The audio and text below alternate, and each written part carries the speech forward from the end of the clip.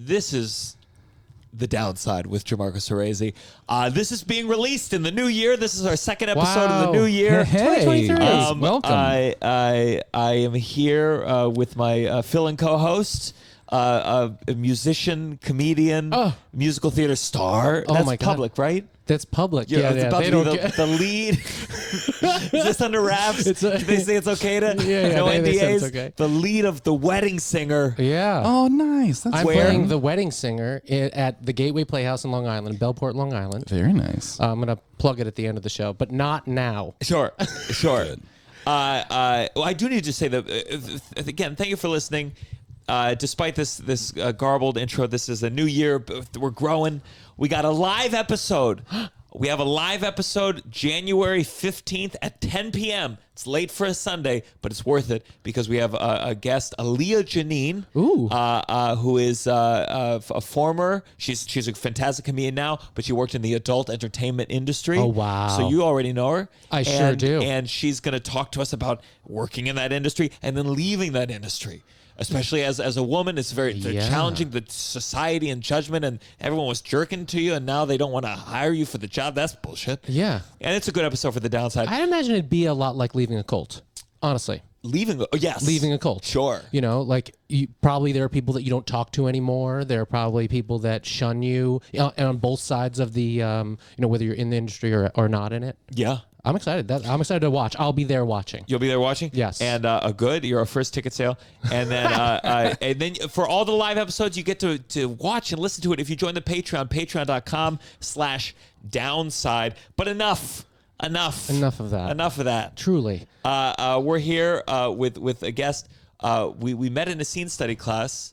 Maybe 8 years ago or more. Yes. Yeah. Well, Wow. Fuck, time Which has I had passed. no idea it had been that long until I realized I haven't paid that bill in a very long time. Please welcome to the show, Zach Miko. Everybody, how you doing, Zach? I'm doing good. How Well, you guys doing? what's your hyphens you like to say? A model first. A model? I guess a model is what pays me the most. So I guess I'm a model. That's what we're going by here. So that's the first in the hyphen. Tell us something sad to kick off this music. Yeah, something make that's it bothering sad. you. What sucks? The Lower East Side right now. I know that's really hard. No, I worked here for years and I didn't recognize a single thing when I got here. The saddest, all my piss spots were gone, and I had just done an hour drive, so I was kind of nervous, but I found one. Hair of the dog still exists, so This is The Downside. yeah.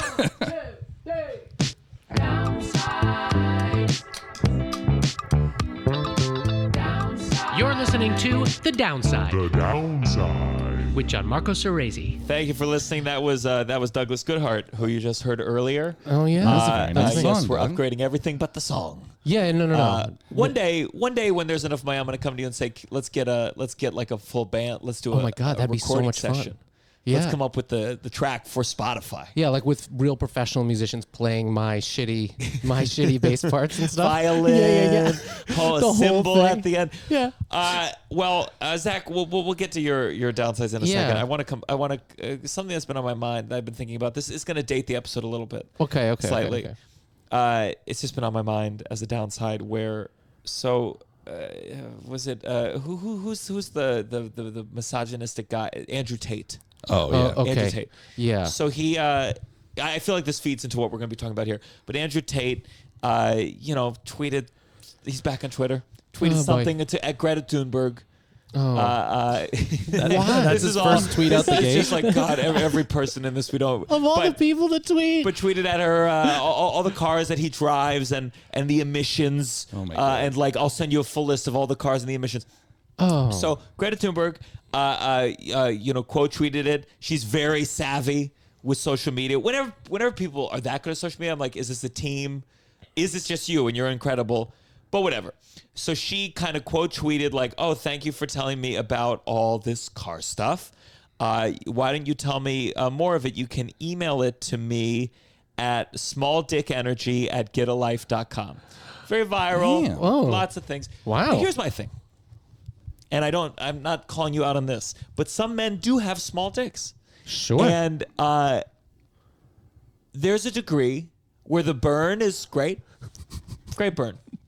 And you got to play it cool. Like, you don't want to be a nerd. But there are always moments, and I think we're going to be talking about bodies and body shaming and Sure. and love and acceptance and all these dicks things. and fake dicks and all that fake fun dicks. stuff. Where you just can't help but go, good burn, but there are this kind of thing that all bad men have small dicks Yeah. is not good. I thought my boyfriend was nice until I saw his dick, and he must be such a piece It's of a shit. monster. And you Just his karmatic Yeah, dick. yeah. And you gotta imagine if you have a small dick, you're like, well, then I'm just gonna lean into this. What's the point of being nice with a small dick? Truly. And maybe these guys, maybe Andrew has a big fat cock. We don't know. Yeah. To make any association between body and behavior ultimately cannot be good at the end of the day. No. And in a world where we espouse body positivity, there's just moments where you go, oh, are we all lying?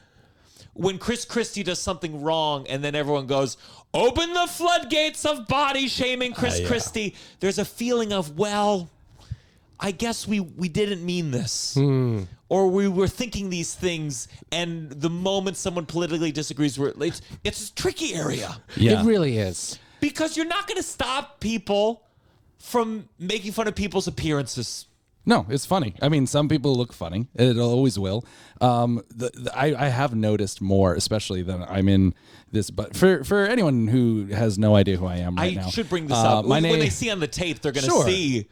oh, how, It's how undeniable. beautiful I am. It's Absolutely. undeniable. I'm for all intensive purposes, I was the first mainstream plus size male model ever. I guarantee you, other plus size men have been photographed, but I was the only one with an agent in campaigns and stuff. Yeah. so Okay. that's why I get like the first title. Wow. And in doing so, my whole If you're life, just listening, he's wearing a shirt that says it. His jacket yeah. says it. His Yeah. shoes say number I have one. a vanity Number one. plate on my Yeah. very large truck for my very large penis. Yeah.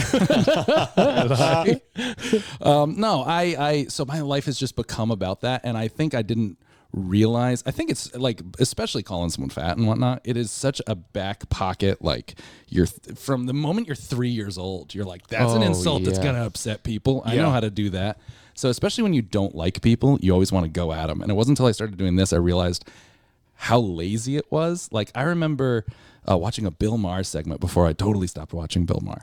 But Good for you. Good for you. People still do. people I watch him People still every do. single day. I He watch is- all the reruns. He is so old and sad, and it's Oh, just man. like, But regular people do like not like I was just with like people who aren't in the arts.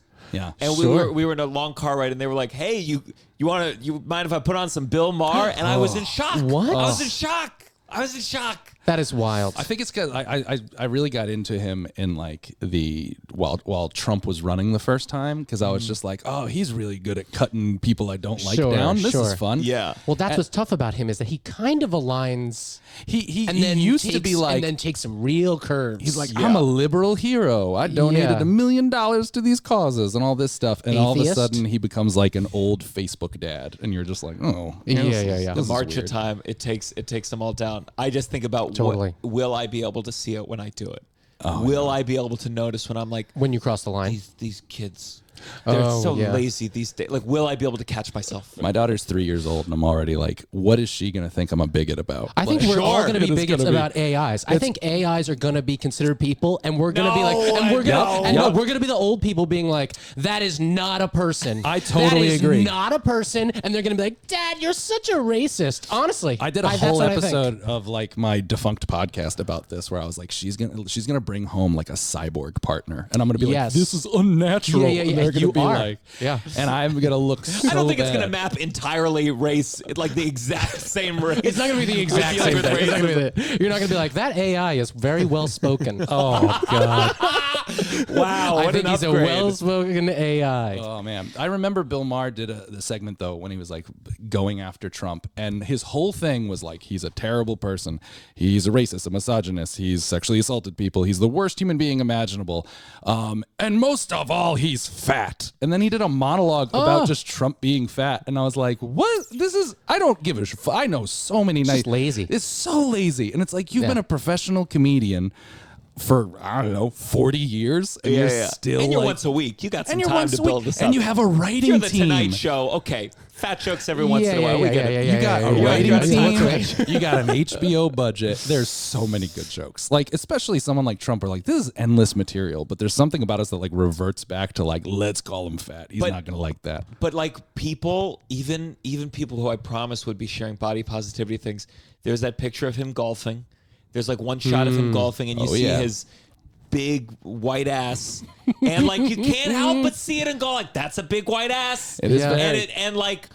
And there's a degree where it's like, well, he's very judgy about people's looks. Oh, yeah. So it does feel like, well, you've entered the arena. I think that's where it comes from. I think people like they say he's been shaming people. He calls people but if ugly. you look and- like that, there has to be a part of you in your brain where you're like, oh, people judge me for looking like this. Oh, yeah. They just don't say it to me, but they say it to him, but they're admitting they have the thought. I think it's when you really hate somebody, you really want to hit them where you know it's going to cause them actual pain. And I think that's like, especially like with the small dick thing, every guy is worried from the moment he was born that his dick is too small. Oh my just because God. we have no idea. I could talk don't about know. this. A And that's lot. just like I just your wish my absolute father. worry. I just wish my father had sat me down and like the first moment when he noticed that I was watching porn, like when they caught me, they found like a videotape in the VCR upstairs.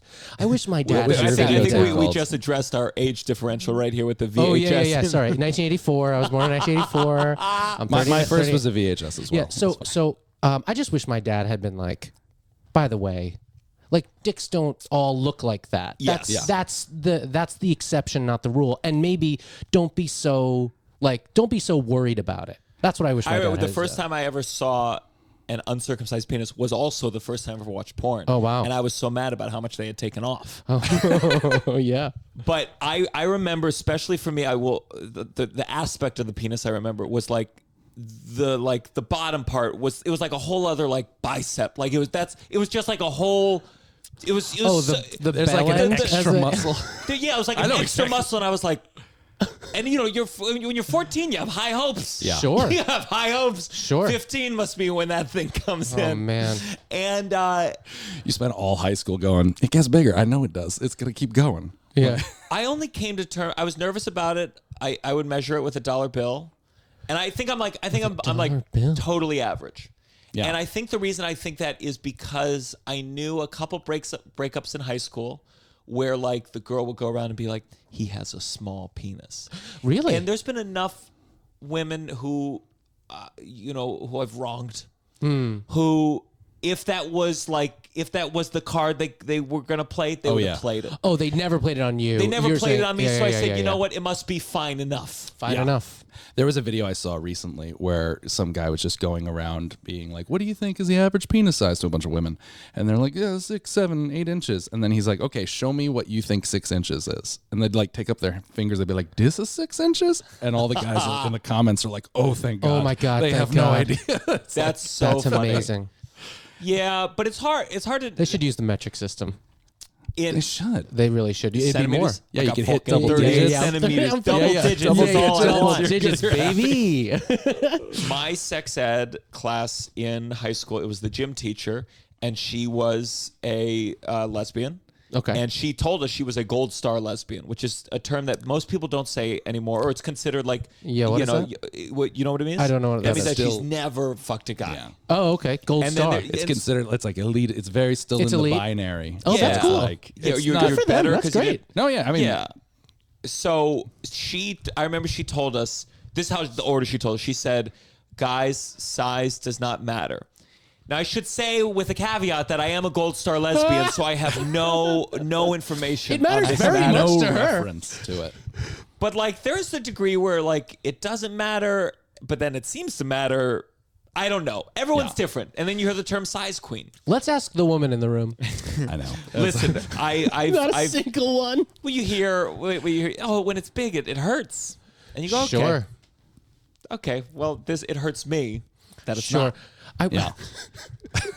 I think it's incredible because I've been on a sketch team with Douglas and Russell and another guy named Chris, and there's a part of me where I'm like, I don't know if we had to match. If you give me four sizes, even Yeah. in my own, I don't think I would be able to match who has what dick size. Oh, Oh, no, boy. it's a total. I mean, especially if you go to like my gym was the YMCA for a long time, so it was just me and dudes in their 70s, and the differences you see in that room is astounding. But the most astounding thing is like none of them care. This is our generation Sure. thing Oh, yeah. where like dick size became a big thing. These guys are just peacocking around no matter what they have to work with. Whereas like I remember gym class, like middle school, you're trying to do that weird towel dance where like Sure. you never actually show anything. And you're God. I never changed. I don't know if I changed out of my underwear. In gym class, like In gym high class, school? for me in gym class, it was the tighty whitey to boxer. That was a big Yes. shift where I was still wearing tighty whities for a long time, and people were Oh. like, "What tighty whities?" And you look back, God. you're like, "Who the fuck? How do you fucking care about my Oh, God. underwear?" I know. It's a minefield. And high then school. that gradual where you're like, I gotta stop wearing fucking weird boxers with a smiley face on the front like a child. and like no button. The just like I could never, waking up in the morning and just my dick is out of the boxers. That I had to stop. Boxer I had a briefs. sister and a mother in the house. I couldn't walk downstairs. Like I'd have to get fully dressed in order to like be in my house. So yeah, dick size. Yeah, it's a bad burn. It's a stupid burn. Would you be naked in front of me if we were in a locker room? This is something that I want to talk about. This is about like I have been I've had a hard time taking my shirt off in public for a long time. A long time. I was even bigger than I am now. I was like 3 something. I lost 100 pounds. Nice. And only like recently in the past 10 years maybe have I been okay like going to the beach and like taking my shirt off. And I always do it because I like to go in the water, I like to swim and but it was always an issue. It was always a thing. And like even now, we did an uncle function where it was most recently where it was like supposed to be a strip club and Harry and Marv from Home Alone. This was a Christmas themed sketch show. We were doing like this big strip tease where we'd like take off a jacket and there'd be another jacket. We had like our crowbars and we were using, and I was like, oh, I don't want to strip. And they were like, oh, and I was like, yeah, I'm not gonna take my shirt off. And Joseph was like, this is comedy, baby. You're not willing to take your shirt off. And I felt burned. Oh yeah. I felt burned. I was like, yeah, wow. And that's why I love Joseph, because I think I hear where you're coming from. And No, I'm but also he's like, right. He's right. He's right. He's No, absolutely the gag right. is good, but it's so tough. I It's didn't tough. take my shirt off until I was like paid for it. That's when I Yeah. started like Well- now it's like most of my job is being shirtless. Like that's just what my life is now. Yeah. And it takes so long to get used to because it's like we all remember getting made fun of when we were like 11 or 12 or like start of what middle was your school. weight when you were young? I cracked the 200s by the time I was like 11. So I was always heavier. And then it's funny because like middle school I was super heavy, and then my weight just didn't change all through high school, but I grew like 6 inches. So I had the same. So I like spread out, but I still had that like that little fat kid in the back of my head. Now, mind you, because I never had a 6-pack. I always still had man boobs. But I never like it's hilarious looking at like my high school now, and I was like, I was so thin. I could Yes. wear H&M. Oh, This was man. great. And now, I look back on all those pictures and I'm like, why was I so fucking? and you're like, I hated it. Like I would Yeah. like my biggest fear was like my belly poking out like while I tried to take off my hoodie, like while I was at my Yes. locker. And that was my biggest fear is that people would like see my tummy and like yeah. Yeah, I felt chubby in middle school for sure. You did. Yeah. I did. And I like to was joke like, that he was never fat in his life. and listen, I used to when I first started stand up, I remember I would talk about having moobs. It was Yeah. like it was a horrible bit. Okay. But then I talked to some guy after a show. It was like an early like stand up revelation where like he had estrogen levels that were extremely high, so he had Yeah. C cups. Okay. And there was a feeling of like, oh, you know what? This is not my bit to tell. yeah. Yeah. Or this is not like this guy. First, his stories are going to be way funnier because he dealt with. But I remember when I was a kid playing shirts versus skins in soccer. I wouldn't do brutal. it. I was like, I'm on team shirts. There's no option. there's no like way. I would hunker down. They're like, you have to be on skins. I'm like, that's cool. I won't play. I'll just go sit down. Yeah, That's fine. Wow. Blake Marriott, I've called it out before. Where he came up to me, I was skins, and he went to my boobs and he went booby booby booby booby booby, and he did like a boxing thing with my boobs, and I just Brutal. it was shocking. That is And like brutal. I didn't keep my t-shirt on in the pool, but whenever I got out, I would wear the towel up here. And I remember there was one time where these guys were like, "That's how women wear their towels." Sure. That's like the '90s sitcom mom. Yeah, like, yeah, just yeah. got caught. And Wait, maybe I where- wasn't that chubby, but I think it was in relation to what and this is, I think, with a lot of body image. Yeah. It's like it's in relation to what I wanted to be. And I had a yeah. friend named Kevin, and he was a soccer kid, and he was this kid with a six-pack his Totally. whole middle school. And all the women loved him. And he was also charming, and it was that thing where it's like, oh, it's just... He was a child. He was a child. We were so upset with other Yeah, children yeah. for But so I having wasn't confidence. chubby, but like how I dare you. wanted to look like that. Yeah. Abercrombie and Fitch. That was the biggest Totally. thing. Like everyone was at like girls would come out of the mall with like their bag that just was like a headless torso of like 4 different guys' abs. Yeah. And like that's what we compared ourselves to. I think also in like, you know, I came of age in like the late 90s, early 2000s. So that was like Real World, and like MTV was super hot. So everything was just like MTV Spring Break. Look at all these abbed out bros. Yo, and I'd blah, watch blah, blah. Spring And Break. you're like, I watched Spring Break, and it was we didn't have it, so it was like the fuzzy channel. It was good enough to watch. And I just remember like going through puberty, and it's Spring Break, and they're putting whipped cream on women's tits, Yeah, yeah. and like eating, and you're just like them, like that's all I want. In That's all life I've ever is wanted. to achieve that. you're like, this is my just goal. to have strangers with big tits, and I eat whipped cream. And then you see the guy, your high school friend, who's like booby booby booby. On where is that guy? What's his name again? Blake Marriott. What's he doing? Hopefully he's not part of a powerful family I that wonder can if it- bury me for the rest of my I life. wonder if he like It was realized not the that first time he saw boobies how inappropriate that. I hope he is. does it still. Oh, and that'd be because he's a great. Marriott, they pretend that they like Yeah, it. yeah. Is he a Marriott? Is he that Oh, Marriott? he's that Marriott.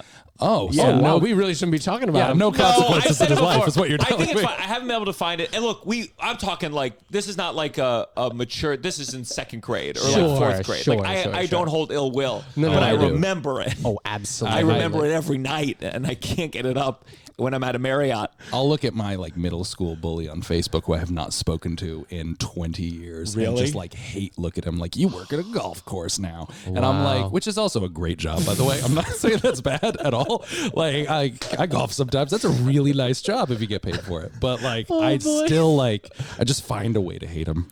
As a Yeah, male yeah, yeah. model, though, you do get to judge most. You get to be like, I'm a male model. And you do something else, and that's pathetic. But I compared- imagine Yeah. there's a caveat on there. Oh, there's a lot of caveats. Yeah, it's because, like- my like- favorite thing is like It's a plus I'll- size model. You know, like it's like they that's always it's like I have an asterisk. Yeah, like I took it's an steroids in asterisk. baseball. Like even your bully who might be looking at your thing is like, oh, he's a model.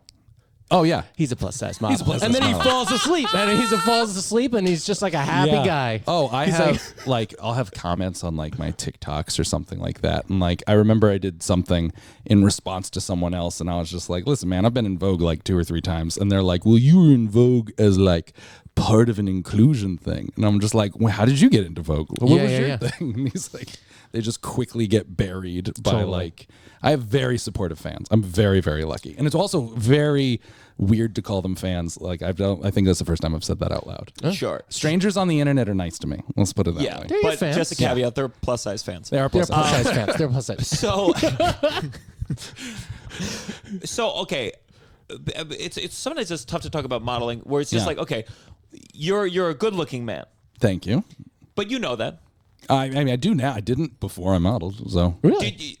Do you think you grew into it, or do you think like in high school, were you a good looking guy? I never once thought so. Now, mind you, I always had like from like 14 or 15 onward, I always had a girlfriend, but it was always a long-term one. And I always convinced myself in my head that they were with me because I was like funny and bought things. Like it was always like, I do a better. Unfortunately, that captures my current relationship. You're like funny, and I buy And you things. buy You're like, things. I do better things, and she's willing to deal with I feel the like less the story is attractive going to get person more because of it. he never had any problems in his life. Oh, I wish. I had a lot of girlfriends and No. I was very much because I was terrified of women, even though I had girlfriends. I dated every girl I ever dated for like 4 to 5 years because I was just like, no one else is ever gonna like me. So no matter how badly this is going.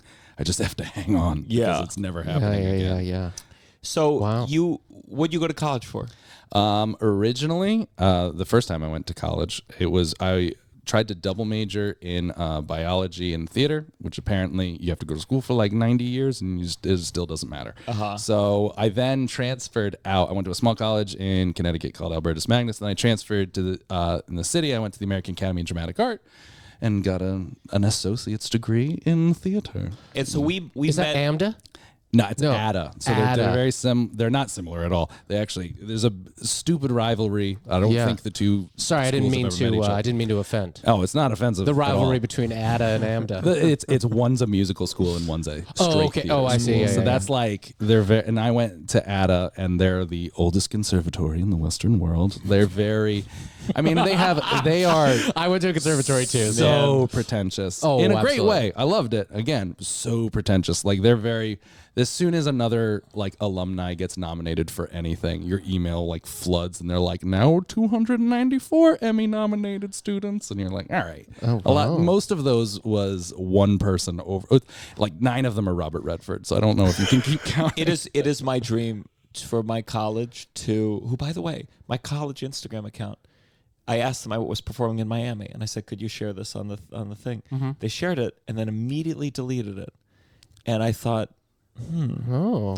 and I wrote them. I said, "Hey, is everything okay?" And they never got back. Whoa. So in a way, Mystery. they've burned me first. But I always have a fantasy where they try to use me as like. One of our alumni was on James Corden, and I write them. I say, "Take me off this right now. Oh, that's my. Take me off this right now. You have no ownership to my success. That's my if anything, first you school. prevented it." That's my first college, the one I transferred out of. I'm like, I'm waiting to get big enough for them to be like, our alumni, not alumni. And I don't have any degree. I have 27 credits like sitting in a vault somewhere at your school. I had a casting director workshop type thing that used one of my like TV credits, like he did this and then was on CBS's Blue Bloods, and it was not because of that class. And I didn't say anything because Yeah. But I was like, Gatekeepers. fuck you, Oh, fuck you. Fuck. It's very frustrating. So we met in a scene. Do you remember which one it was? Terry Schreiber. Terry Schreiber. Met in Terry Schreiber's scene study class, and I remember I had very little interaction with you, because you would show up for maybe half of every class, and I was very much. I was in an acting company Yeah. after college, and I was done. Not artistically, but I was emotionally done with classes. I couldn't do it I couldn't watch other people act. I anymore. was totally done as well, and then I got reinvigorated in that class. So that that class is I love Terry Schreiber. He is a very methodically slow teacher. He's though. still alive. He is still alive. He's like 97. I don't know if he's still teaching, but he is still alive. Because I check in from time to time. I 'cause hit a really point like where him. when I was like, oh my God, I've spent 90% of my life watching bad actors act. Yeah. Watching people do that same scene from Glass Menagerie. And that class was 5 hours long. So It was so long. It was like intense. You gotta be in that passion part and of your I was life. such in like the culty theater part of my life because I had just moved back to the city after doing a tour, and I was like getting back into it, and I'd done a children's tour, so I was like, this is where I get really serious, and this is where I'm gonna break into Broadway and all this stuff. So I took that class so seriously, and like Gianmarco showed up, and he was great, and we like watched him do some exercises and scenes. But the first couple classes, like I got to leave early, and we're like, oh, he's transitioning. 5 hours is a long class. Then after like 2 or 3 months, it was like he would pop in, do his scene, and then leave, and I would just get so at the time upset. But that's because again, it was very pretentious. It was very like that class meant so much to me, and like No, but you're 12 right, of us too. that were in there. But you're right too. I Yeah, and you understand. do that. But I do that. But I You do do that. that. But But he that's was also why I could afford the podcast. But while he that's was- part of the life. I'll say, like, in your defense now, because it was one of those things where I found I did that a lot, especially in theater. I would get very precious about everything, and everything was the most moving thing in the world. Because when you're doing a theater class or anything like that, you're making yourself so unbelievably vulnerable. Sure. And if people have been in class with you for like months and months and months, you start to like really get close to them. And so like you take it very seriously. And I remember being like kind of upset that you just kept like ducking in and ducking out and wouldn't watch that other would have people's. driven me crazy. Mind you, most of the class That would have driven me fucking nuts. At least fucking nuts. At least like 4.5 hours of the class is you just watching other people. Sure. And he was also a super old school teacher. So if he saw like your phone light go off or something, he would like stop the scene and be like, take it outside. And like he was great. Boy. But then I remember like being upset and then seeing an advertisement for you were doing your Fringe show, and I was like, oh fuck that. I mean, if he's doing that, yeah, don't be in scene study class. Don't do it. Like Is when that I what you- is realized that that what's you going were on? Yeah, I think that was around the time of the Fringe Yeah, yeah, Festival. Yeah, when Do I you realized you were working on stuff, then I was kind of like, oh, because then I quickly, like, just as you were doing like your Fringe show and whatnot, I started booking modeling gigs, and I started to have to be like, I have to miss this class, and I got to miss this class, and all of a sudden I'm like, oh, now I'm the dick that's showing up for like an hour at a time, Yeah. and missing rehearsals with scene part. Because that was the worst part, is everyone took it so seriously that you had to not only do your 5 hours of class, you had to meet at least like 2 or 3 times a week with your scene partner for like 3 hours and rehearse. And it was, I it was think an there's just, intense I mean, class. first, it's tough to have those kind of studios in New York because Yeah. there's so many things to do. Yeah. I think it's like, it's so hard because the realities of the business make me go like, oh, you got to find work the moment you can. And but I never also let can it go. totally Yeah. appreciate the like, let's have a fucking commune and like learn and get intense and get deep. And they're really at odds with each other. And I think in those type of studios, as much as I loved it, are just so back in the day where people had like, you know, $50 rents in Greenwich Village and could get by And by people doing. paid attention to those. When, Yeah. when the Terry Schreiber did, when the Actors Studio did the play in the 70s, Yeah. every casting director was there. And you would Exactly. then get work after that. Sure, sure. And now it's like no one gives a shit No one about cares. anything. And I did the Terry Schreiber like short plays that like agents are gonna come to this and this is how I'm gonna get buckwalls. Yeah, yeah, and yeah. they're like, no, they've never come to one of these. But I have to ask, do you remember consciously being like, I'm not fucking sticking around for this shit? Because I do think that there's like a thing of I like, remember being like, I missed acting. Yeah. But I knew I was like half in, half out. And I was like, this is what I'm going to do because I was in an acting company in Philly. It ended disastrously. And that was the full thing. And I used to do at Circle in the Square, this teacher, well, you know, like one of the every student would get, you do one exercise every 3 classes. or whatever. yeah. And like one exercise was everyone would stand in a circle and this person would pick like a bar from a song. And they would just say it again and again as they circled. So, you know, they go around, I hope you don't mind. Oh my god. I hope you don't mind. And you're doing this for 45 minutes in my brain, and I'm already ADD to begin with. Sure. I'm going crazy. Yeah. I can't, Yeah, and I'm sleepy, and So yes, I do remember that I was very much, the last big thing I did Larry Moss, which was like a masterclass. He's like Leonardo DiCaprio's. And that was like the last, it was like 2 days, 8 hours each day. Yeah. Yep. And I did it, and you know, I got up there my one time, and he made me cry because it was an older man going, "I'm proud of you." Yeah. And I'm like, I can never all you've recreate ever this. wanted. on I think set. that's why I was so defensive about Terry, because he was this grandfatherly figure that's Yes. like, And you because are they doing create great things." cults. Every I know. time I watch a documentary about a cult, every single time, there's a version of Meisner's repeating. Every single time. Nexus so is glad like, you it's brought like, this up. Nexus is like, you're ugly. I'm ugly. You're ugly. I'm Yeah. ugly. I'm ugly. And it's always, every single time. Absolutely. It's a cult. Me and my wife sit here You and guys watch cult worship this guy, documentaries. Terry Schreiber. Yeah. I had Wendy Ward was my Terry Yeah. Schreiber. Yeah. You worship them. Every time we've ever seen a cult documentary, because me and my wife are both theater people, we've just been like, these. I can make anybody cry. Like, give me the right like exercise and this type of moments. Like, and people, it's same with like, not even just cults in like, you know, super, like my wife's from Georgia and the Bible Belt. It's like they're speaking in tongues and they're falling out and they believe in Jesus. And I'm like, I could make you do that with like intense eye contact and repetition for a while. Like, these are all acting exercises. All of them. And people are just experiencing emotion for the first time. But so they're sometimes like, people this is need amazing. it. I think what's interesting is just like people do need it who are not in the arts. Yeah. They need it in some respect. We talked about In and of Itself. Did you see that? It's on Hulu. It was Oh a my magician. God, yes. Yeah, you loved it. Oh, I It's know a- what you're talking about. I haven't seen it, but I know it. So good. So good, corny maybe, but It's they're a trick. I mean, you but know, at the it's a- end he does like a thing where he like goes to each person, and the magic is you picked a card at the beginning about like what kind of person you were. Yeah. And at the end, On this wall, you he pick the knows card off the wall. he knows what person you picked based on whatever. Obviously, it's a magic trick. Yeah, but he yeah, goes yeah. up to people who have never been in an acting class and goes, "You're a survivor," and they go,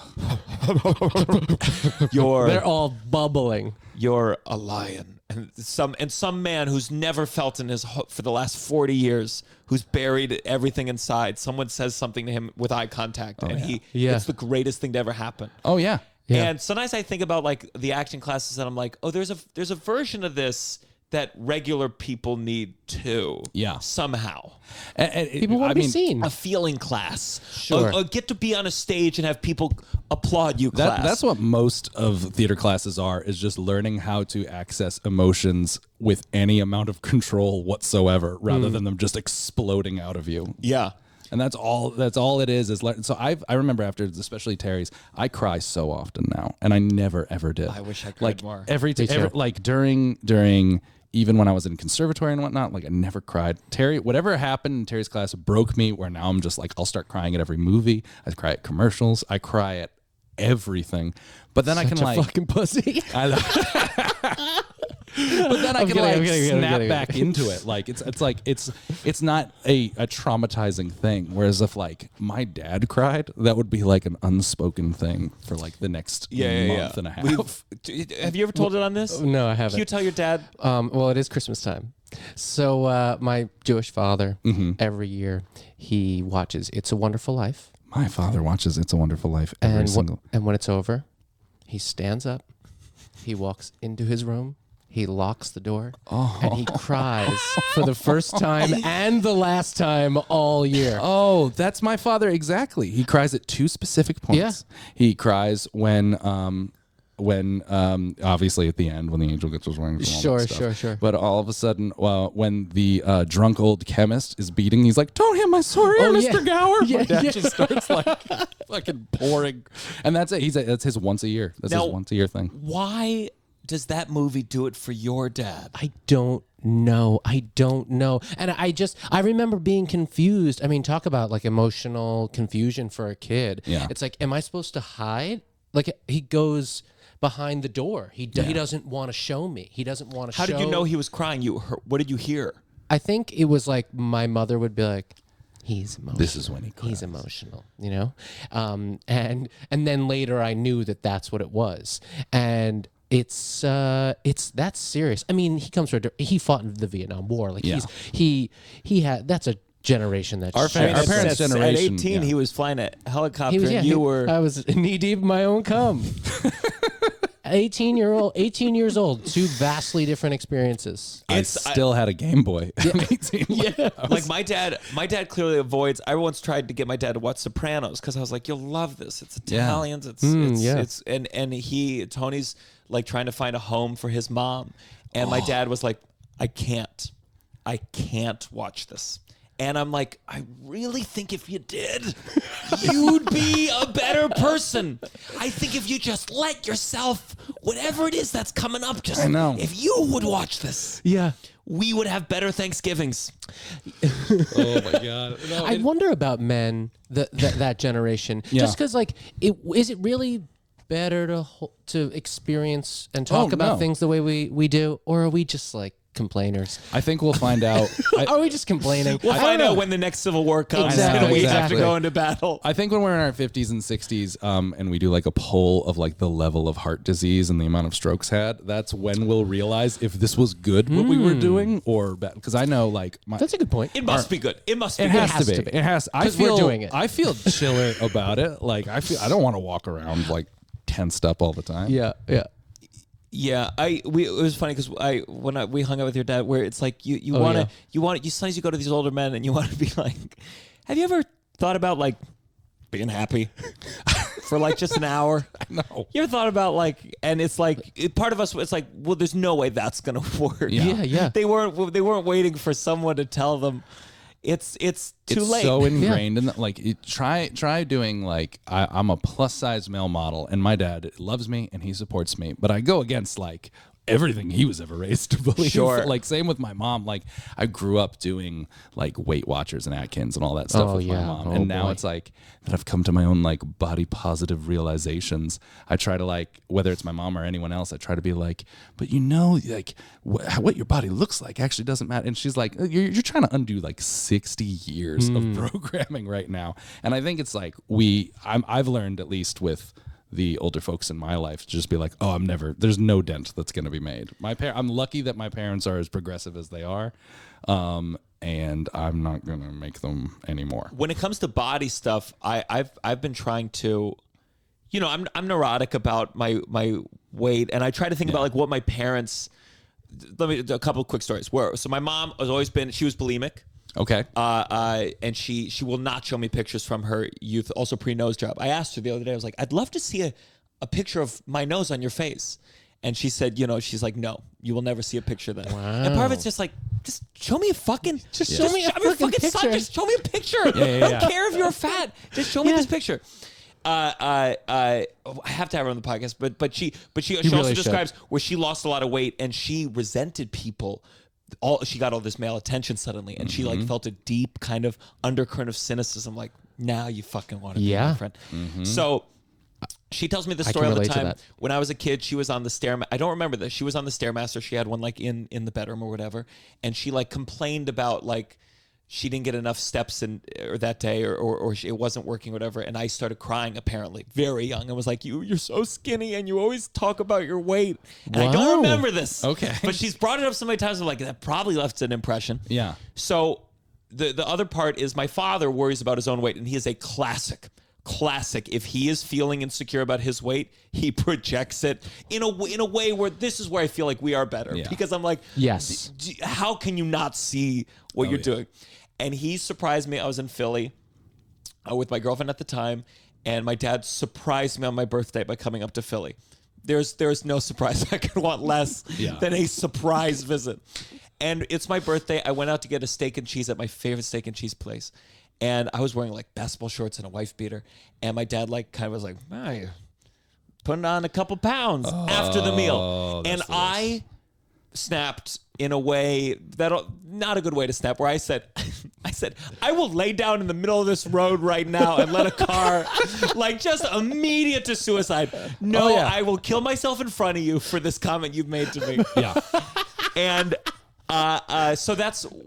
I think whenever anyone comments on your weight, there's like, I promise you, I know whatever the fuck you're about to say. I know. I've thought it way worse than you.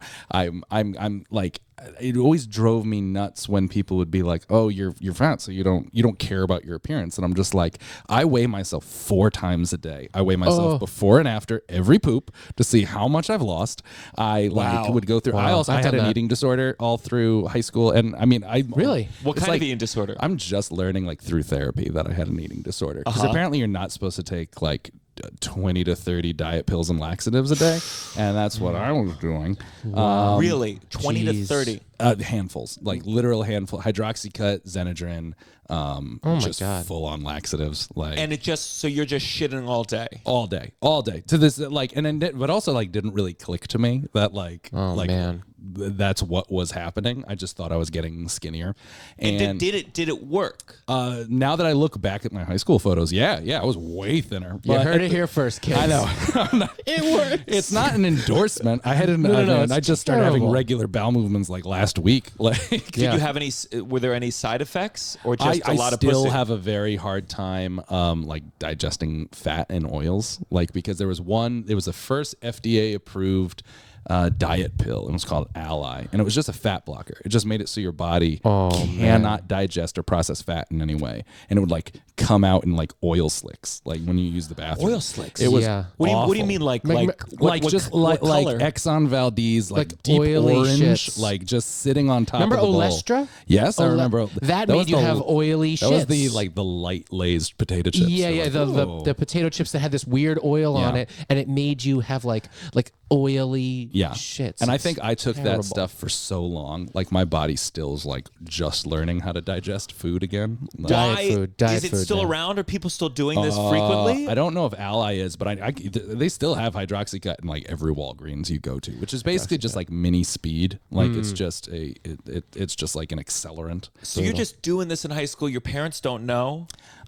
They knew to a point. I mean, they didn't know that I was. They definitely didn't know I was taking laxatives, and like my mom had seen like bottles of Hydroxycut and been like, "What are you doing?" And but I think You didn't need. This is the craziest part. You didn't need to be 18. You didn't need a license. Well, it's You could marketed just under go- like fitness. Yeah, it's in the vitamin It's section. at the You could just, GNC, for God's exactly. sake. So you could just go and buy it. So I had. We are giving full instructions. I know. I know. Don't do I- this. No, If you're a of course, kid listening to this we podcast, know. like, No, yeah, what are you I've doing? I've talked about this before, but I'm like, I am setting a blooper. Especially you would be like, did it work? And I was like, yeah, look at these pictures. I'm like, but I was so miserable and like so unhealthy. And again, just now with like probiotics and like 2 handfuls of Metamucil a day, am I like normally Oh, wow. digesting Did you food feel again? bad too? Like, did you not feel good? I mean, I don't think I felt good my entire like teenage years. I mean, but, every like, shit was an emergency. Yeah. Every single one. I had to plan my whole life about it. Yeah, yeah. Absolutely. I've been there. I will say as a side note, I am sometimes annoyed by I did we have these live episodes, and I posted one with someone who was talking about the downsides of eating disorders. They had a lot of eating disorders, and that was the first post Instagram has ever taken down right away because it said eating disorder. Yeah. And sometimes eating disorder falls into one of those trigger warning categories where sometimes I'm like, the news will be like, 30,000 kids were bombed by our president and they're all dead now. Yeah. Trigger warning, we're about to talk about eating disorders. yeah. Yep. And I'm like, The Crown. I can't. Oh, yeah. I can't. Yeah. And that's talk about a thing where I feel like old, Yeah. where I'm like, shut up. Yeah. You can't deal with talking about the eating disorder. Good luck with life. Well, that's the thing. I'm like, I talk about it, not every chance I get, but I'm very open about it because I'm just like, listen, I was in, like, there was no such thing as a male eating disorder when I was a kid. Like, course. so I didn't even know that I had a eating disorder. Like, I was taking pills. I wasn't, bulimic. I wasn't shoving my finger down my throat. I wasn't like, I mean, I was like going for like multiple day fasts, but no, like I didn't know that was like anorexic behavior until I was realizing that because not Costco, Walmart used to sell something called like the 48-hour miracle diet, which was just a jug, and it was like it was like on the end cap as soon as you walked into Walmart, and it was just like. It's like the Master Cleanse. It was like orange. It was like lemon juice and cayenne pepper. And the reason it worked is because you didn't eat food for 48 hours. Yeah, of course. And you just shit your brains out for that 48 hours. And you're like, look at all the weight I've lost. Yeah. I learned that I had a bit of a eating disorder. I was closet eating. I was waking up in the middle of the night and cooking like meals for myself and then cleaning up so that no one would know. Like when I was a kid. Like frying up tortilla chips, making my own tortilla chips because my parents withheld some like snacks. Like the only thing we had was like diet snacks, like Snackwell's cookies. And or were like they doing this specifically baked for lays. you, or did they have eating stuff My mother too? they both have eating things. They both have eating things, but I, of course, inherited them because it's all their fault. I mean... Hey, Ma.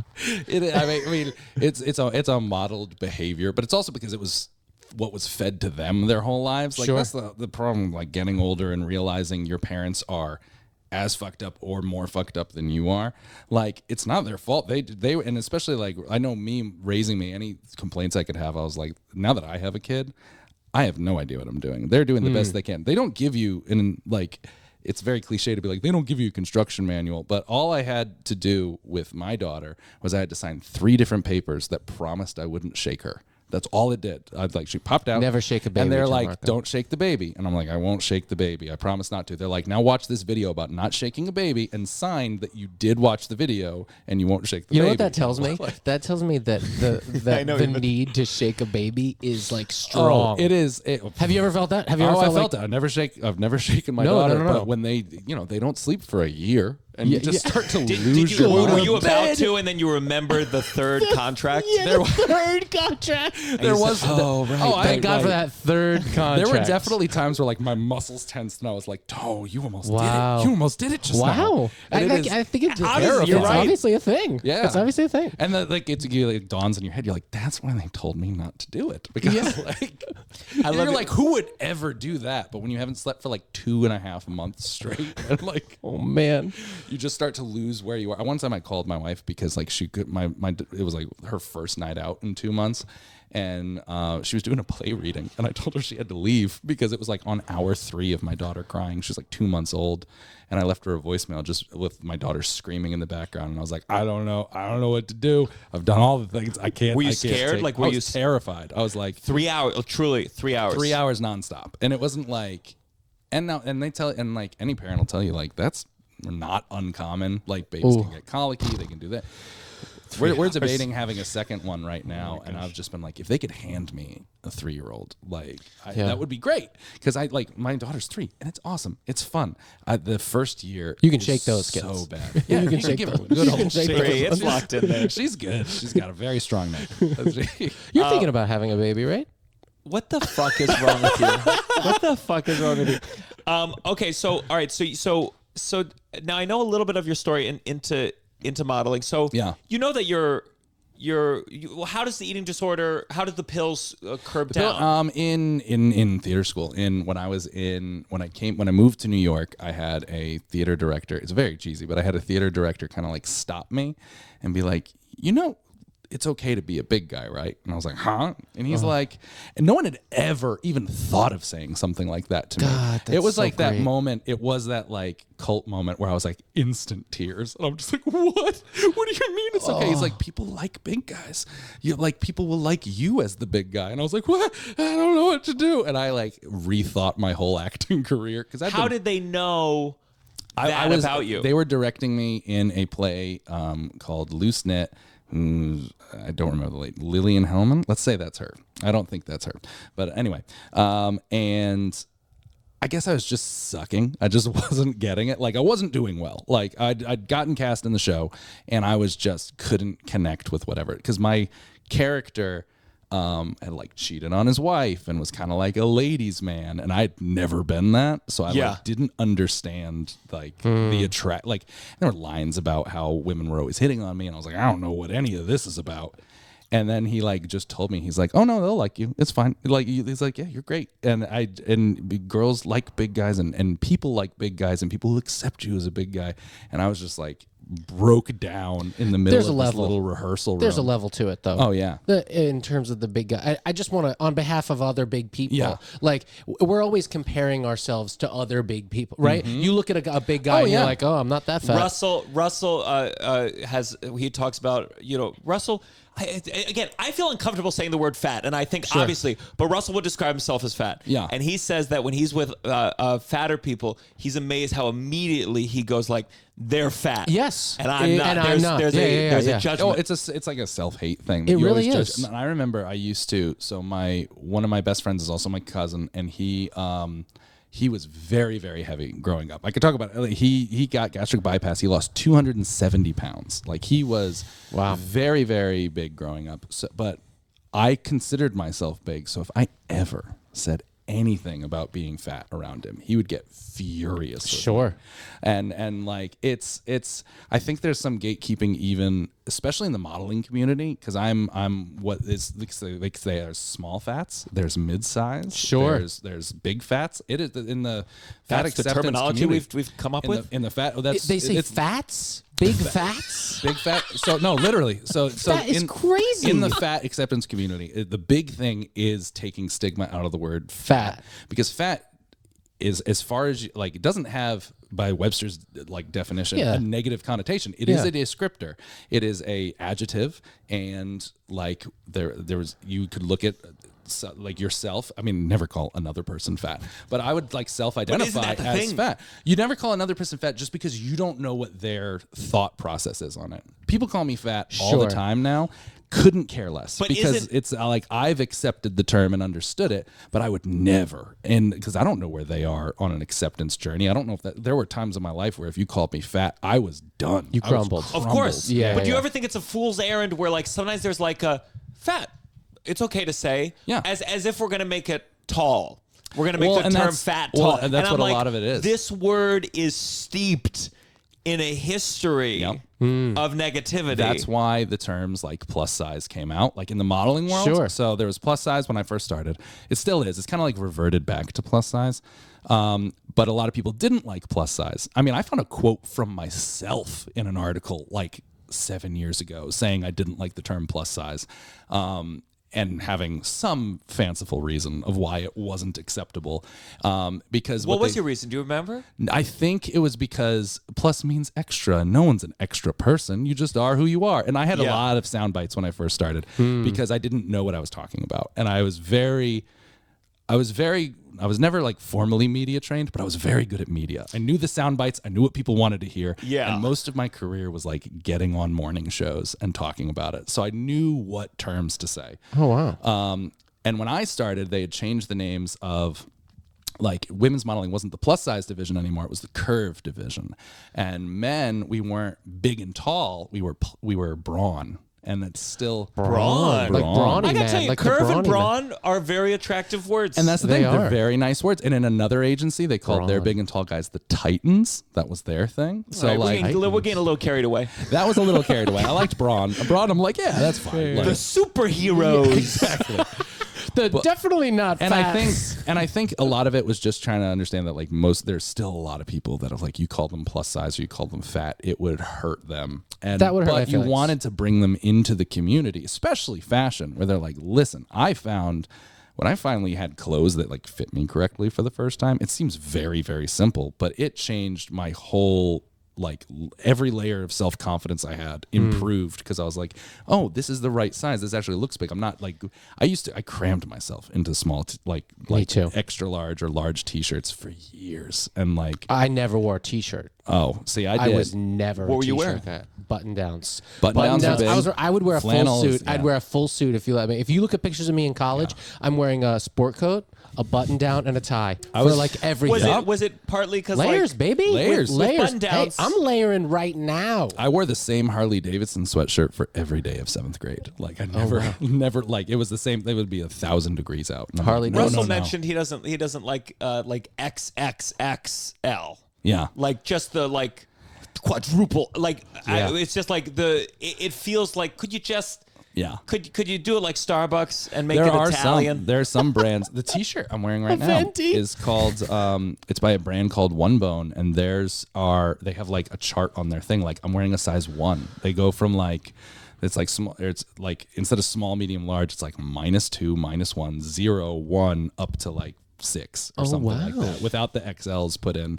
And for some, I think the problem is when you try to make everything more like less offensive, like terminology, people stop knowing what the fuck you're talking about. Sure. That's why a lot of it is just reverted back to be like, this is a plus size model. This like I don't when I introduce myself, I don't say I'm a brawn model. I say I'm a male plus size model. And half the time I drop the male too because it's like, look at me. Like Yeah, you're not like no one's confused. Like Yeah, it's tricky, and I always think it's tricky to like try to be progressive in, especially when it comes to like casting. yes. Because casting, I've always felt like it's casting breakdowns. It's similar to porn in the sense that you need to figure out a specific thing quick. Oh, yeah. And when you're going with speed, feelings aren't that important. So you got to rush. You need Sure. a person that looks like something, and you're like, I need fat. I Yeah. need fat, tall.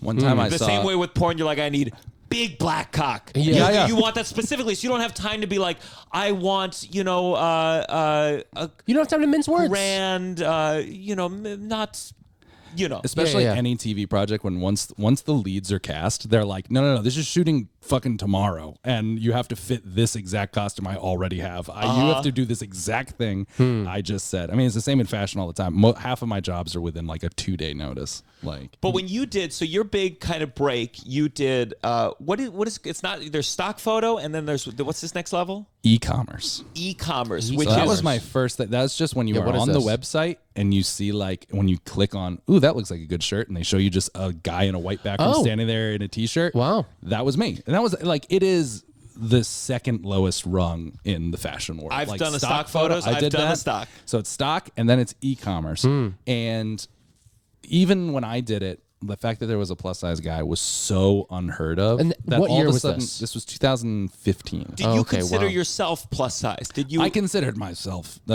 fatter. Like, but did you I know the didn't- modeling term, like, or did you No. just think, oh, I booked a shoot? I thought I just booked a shoot. So it was set up by my commercial agent at the time, who only Who were you with? I was with Steinberg. Talent. okay. I was with Steinberg, and they, my manager, she was friends with a makeup artist on and who had wrote on Facebook, like, hey, looking for a guy to fit a 42 pant for tomorrow. Sure. And I got a text and she's like, what size pants are you? And I was like, what does that matter? And then she's like, I think I have. Put a little more detail. I know, I What's was your just inseam? And then she didn't text me often. It was always an email. So I was like, whoa, what's going on? So she's like, I got a casting. You can go to it. And I was like, I wear like a 42 at the time. And she's like, If I'm great, honest with that's myself, perfect. I wear a 42. Yeah. I mean, that's another thing is learning to yeah. wear the correct size. Oh, my I God. spent years just bulging, muffing, topping out because I Yep. was like, I'm still a 38. Yeah. And Is your camera recording? Do you see the red light there? Yeah, I see the red light. There's a red light. Yeah, yeah. So anyway, I went in, did a casting. I thought it was just a shoot. I was like, and I paid like $600. I'm like, this is awesome. Good for I'm day so work? pumped. Hey, great. Yeah, for day work. I'm like, this is amazing. I went in, did the casting, nothing fit. Like hilarious. Like everything was like a medium. Like they were like, I was like, I can't wear this. And they're like, just try it. My nightmare. And I just put it on and it would look like kind of like a sports bra. Like my Yeah, belly's just fully out. totally. And they're like, no, okay, so what size do you normally wear? I'm like a 2XL normally. And they're like, oh, okay. And they're like, and that is? I'm like, it's a medium. And they're like, okay, no problem. I get undressed and they're like, all right, have a good one. Castings. They're just like, all right, bye. So I leave and I'm like, well, that was a fucking waste. And then I get a phone call, like, by the time I get to the bottom of the elevator, she's like, you're working tomorrow. And I was like, She's like, you're working tomorrow and shave your beard. I hadn't had a beard in years. There's one round of photos of me at Target, because that's who the client turned out to be, where I don't have a beard, and then they quickly erased all of them because I look like a child. It is horrifying. I've lost And a plus size child of that, just a real. every job I've ever had where I had to shave my beard. I've instantly lost. Really? I booked the pilot for Limitless. And I played wow. the main character's brother. And, Damn. And the pilot. And I did the pilot. And as we're about to film, they're like, oh, the director wants you to shave your beard because he's supposed to be like a loser. He has like a 5 o'clock shadow. You're supposed to be like the upstanding med school brother. And I was like, you've never seen my face. None of my headshots have my face. I haven't shown my face, like my bottom chin, since I was 19 years old. Yeah. You don't want to do this. And it became like, I had my agent call, and it became a back and forth. And my agent's like, the director says shave or leave. And I was like, this is my first network anything. I'm fucking shaving. Of course. And I shave and I come out and the director looks at me and then he starts grumbling to the other people. And it was too late. I was going to be in the pilot, but it was Jesus. I was the only main character recast. I was the only one. Oh, that hurts and I so want, bad. I want to pretend that it was maybe just in my heart, I'm like, it's because of the beard. I hope I just wasn't terrible. And they're like, this fucking guy. But it was fun. So anyway, they made That me- is brutal. Let me Did tell you you. see the pilot? Huh? Do you get to see the pilot? Yeah, they cut a lot of my parts out. I'm in there, I'm sitting there and I say a couple things. You're in the. They didn't reshoot your scenes. physically in the pilot. Did the brother? New kill him? brother in the new next- brother. Well, there's two brothers. One brother stayed the same. Other brother became Patrick Dara, which is he's like a Broadway guy. Man, And he was that like- is. Listen. I've never been in a pilot. But that is the nightmare. That is is the a nightmare. nightmare. Oh yeah, I also ruined that audition. TV is so horrifically shallow. I literally booked it because I kind of looked like the main guy. There was nothing else. I Sure. forgot my lines midway through. This is the audition, not the the audition. I job. tried to go without my script, and then the They guys cut me out. I don't know I was why. like- I kept forgetting my Yeah, lines. you I hear more and couldn't more. do You're like, it was not the beard, buddy. No, at the audition, I had it locked in. I was good to go. And he's like, we're going to start in the middle. And I was like, I can't do that. I know this I know this Amazing. page from the Oh, yeah, very yeah. start. So I was like, where's that? He's like, you didn't bring your script in. I was like, I was trying to look cool. I had this. I don't remember where you want me to start. So you Wow. do the Staples thing. That Target. guy, Target. Target, Staples. Oh my god! I worked at Staples when I was Jesus. 16 years old. A guy, if I'm correct, he started Chubster. Oh, He's the one who wrote the first article. Yep, I did that's my Bruce research. Sturgill. You did do research. I I'm did. very impressed. And it blows up. Yeah, Chubster at the time was a very like small. It was like a Big and Tall blog essentially for Big and Tall clothing. Cool. Someone posted like an article of like, did Target sneak in a plus size guy into their lineup? And I saw it on Facebook, so I wrote to him. I was like, "Hey, that's me." And were you fully comfortable at this point? Like in my mind, there is a version where you get a modeling gig, and an article comes out, and it's like, oh, it's okay, it's recording here. Okay. What is this? Don't use. What are you doing? Okay. all, okay. all the waves. There's are Technical still- difficulties. There's some version in my mind where like you do a modeling gig, and then an article comes out that's like, did someone sneak a fatso in one of these Target ads? and there then were- a picture of you, and yeah. it's like a fucking what the fuck? I thought I just had a what gig. the fuck is this guy doing here? Oh, there were stuff like that. Really? Oh yeah. So like that article. had blew backlash? Up. Oh yeah. So that article blew up, and then it got like picked up by like all the big online, like BuzzFeed and Huffington Post and all that. And then like by the end of the week, I was on Good Morning America. Like it was wild from like a $600 gig. Like I had only done it once. Like it was like from like a $600 gig. It would be And, funny like- to have you talk. I had this. She was opening for me. Ariel Elias, a comedian. She Oh, did the I know who podcast. that is. Yeah. Yeah, she was opening for me. That was the gig where she got the beer can thrown at her, Oh, okay. and she blew up. Like just Yeah. to talk to people about like that week. Oh, it's nonsense. It's anyone I know who like had like a sudden like virality or pop of fame and like, oh, it makes no sense because you also have no money. Like this is all happening. You're like a semi-famous person, can't pay rent. Like it is, it is yeah. brutal. And did you like Good Morning America? And then the president of IMG Models like DM'd me. I'd started an Instagram like that week, and I was like. And what did they talk to you about on Good Morning America? Because you're an actor who booked a print job. Yeah, Like that's what all what it did they was. say? They're like, whoa, even bigger in person. Hello, started- welcome. They I'm started sitting like- next to you now, and you're a big boy. Let's get another chair in here. I was like, what do you talk about? They started making stuff up, and they're like, "I understand that you got the confidence to model from your wife," and I was like, "What?" And in my head, That's an amazing fact to make up. they just said that, and I was so like media savvy even at that time because I had dreamed about being a half famous person my whole life. So I like course. knew exactly what I was going to. Sure. And I just rolled into the bullshit. You were I'm like- yes-anding. Oh yes, of course. Yeah, exactly. I was just like improving, and I was like, yes, she's an amazing woman, and she sat me down, and she was just like, I don't understand. You don't know the power you have to help people, and I just started making shit up. God. Because she was just saying. I mean, and she just got fired for having an affair with her coworker. That was that one. Amy Oh. Robach was the one who The interviewed. blonde woman. She was the one who. Was she fired or he's on leave? I think She's they're back. They were both on leave. He's back. I think it's messy. I think You it's didn't follow any of this? No. Oh, Oh, they were- it's an amazing affair it's so between fun. anchors on a TV show. That's Wow. so great. Yeah, two of the Good Morning America anchors were having an affair. Anyway, Cool. She was very kind. Great to me, TV. with the exception of just totally making things up. She was very, very nice. And that kind of so after Good Morning America, IMG called. I signed to IMG. They made a big announcement of me. 1,000 more articles came out because WWD made an announcement, and then Vogue made an announcement, and then I was in Cosmopolitan, never getting paid. I have no money throughout all this is happening, and I'm like going to fancy parties and meeting like Tyson Beckford and like all these people. Yeah. And then all of a sudden, GQ Britain, not GQ. GQ did like a nice little online write-up of me. And then GQ Britain came out with a hit piece on me, on like how it was disgusting and like destroying like masculinity and how it was an affront to And what all men you've done should so be. far is the Target I had not done T-shirts. anything else other than e-commerce for Target. Wow. All this is happening. I'm like, this is, and I remember every article, they're like, he landed a Target campaign. I'm like, not a campaign, like 2 days worth of shooting. I wore like 80 different T-shirts. The first day, the wrong size came, so they had to cut them all up the back and like pin them in place. It was like horrific, like, and it just, and luckily, and I had a manager at IMG, Josh Stevens, who I'm still with. He's amazing.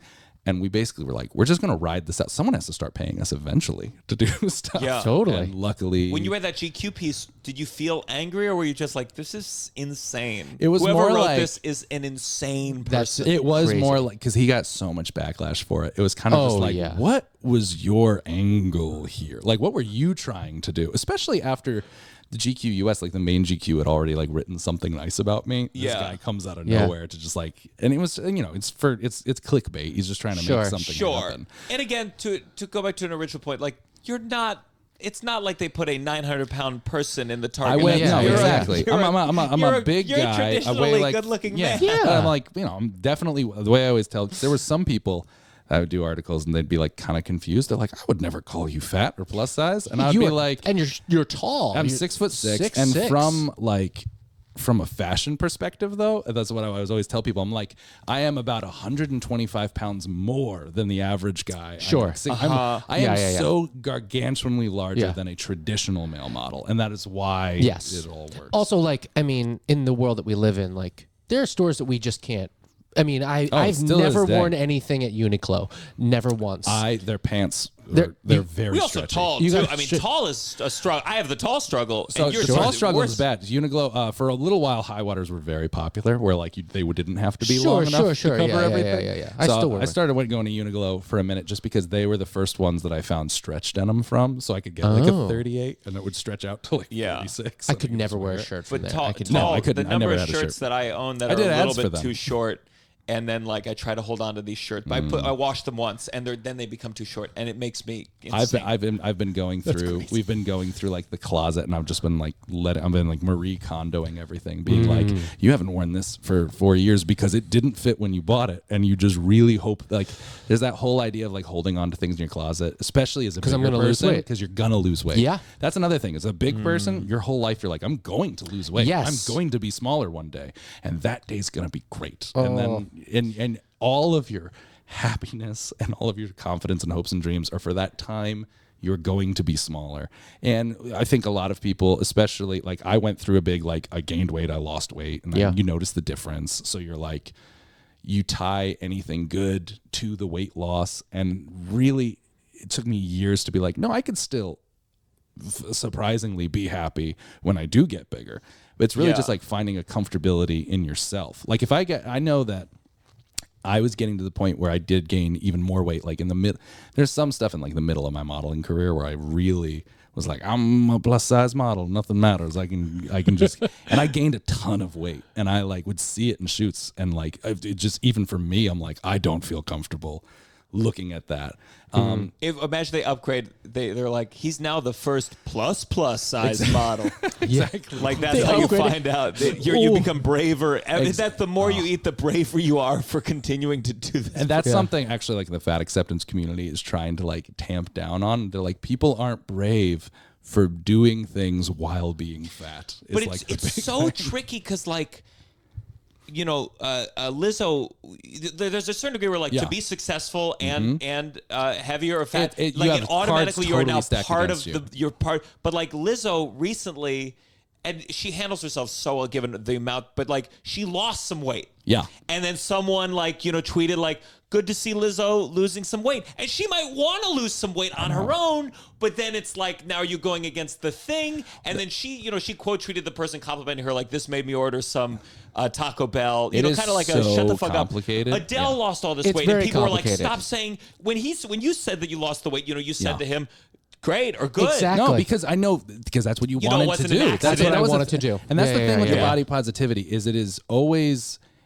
if it is for yourself, that's all that matters. If I decide one day I'm like, I'm going to stop eating carbs for the rest of my life, I'm going to eat 1,000 calories a day. Don't do that. That is an eating disorder. Don't do that. Yeah. But if I decided that's what I wanted, and I wanted to look like Mr. Olympia, and that's just what I went for, I'd have so many people come out of the woodwork and just be like, you've betrayed us. And I'm like, but this is my body, it's not yours. I literally, like, that's the whole thing of body positivity is like, you can do whatever you want. You can do whatever you want. You could gain weight, you could lose weight, you can get muscular, you can lose muscular, you can do anything you want. It's your body. And it's trying to take a stigma off of that. And so it's really just about learning to be comfortable with yourself. And it's a constant struggle. Do you still do you still have that fantasy of being thinner?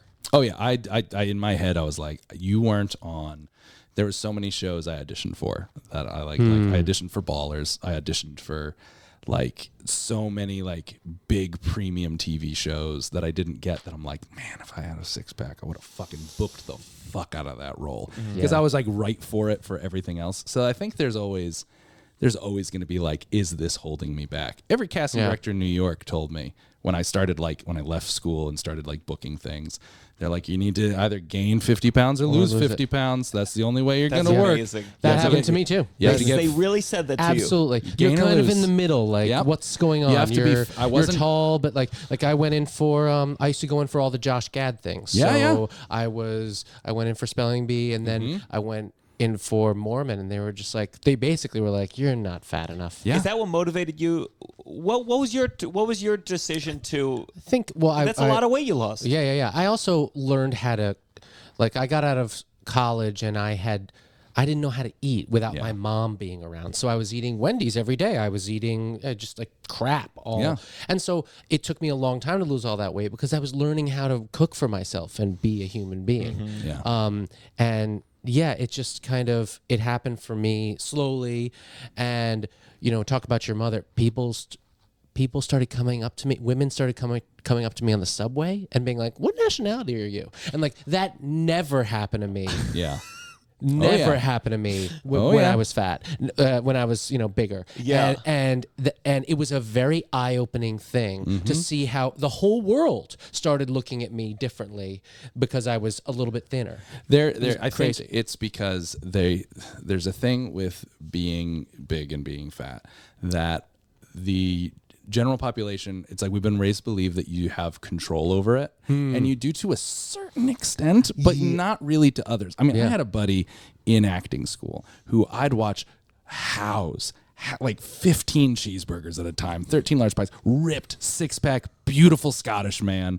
His name is Rory. He's a great guy, but I would just watch him just eat insane things, and I would be getting like a salad with a little falafel on the side, and I was triple his size, and I could not understand it. Like, I mean, genetics has a lot to play. Yeah, it is not the be all end all. And I still in my comments they're like, "Well, you could just start shredding and blah blah blah." And they're like, "If you just," and it's always like, especially like in online, there's a big like bodybuilding culture right now, especially on like TikTok and all that stuff. It's terrible. And they're like, you just need to eat a caloric deficit. And you're like, I need to starve. You're just telling me to not eat. Like, this is what we've been telling fat people from the moment they were born. They're like, if you eat less. And I was like, I spent years not eating. It's amazing. And taking diet They'll be pills like, you know what you should do? Just don't eat for 24 hours. And then run, take a cold shower. You'll feel the best you've ever felt. It's like telling like a blind person, like, you should see. I know. It's kind of like how to see. It's like, it's crazy. You talked about your buddy earlier who had like a fuller chest. Like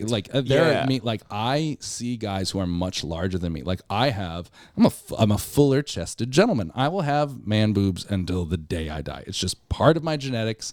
It's how it works. I didn't like it for a long time. I'm learning to accept it in my own way. But even now, I have friends who have like much larger man boobs than me, and you're just like, this is not, no matter how much weight you lose, this isn't going away. This is a surgical repair. If it is something you wanted to change. And we just like yell at people to do that. They're like, you need to change how you look so I'm comfortable looking at you, because I'm scared I'm going to be you, and I don't want to be reminded of me being scared of being you. So please fix that. Well, that's what this, I witnessed the way men contribute to the body shaming culture, and I know women, it's its own thing. Oh yeah, but I see in the way Totally. the men. Oh my God. I mean, it's shocking. Like the Jordan Petersons of the world, where Sports Illustrated put a plus size model on the cover, and Jordan was like, "I refuse to say that this is beautiful. This is not beautiful." And my dad, idiot. my father, and again, like, I can't blame him because like I see how frail and deeply insecure he is. Yeah. But we would watch So You Think You Can Dance, and there was like the woman judge on that was like was bigger. Yeah. And my dad like would always make a comment, and I'd be like, there's a deep feeling of like, you don't have to fuck her. What are you doing? And it's like the guys who comment on Lizzo, I always want to be like, she would never fuck you because you're poor. So why don't you like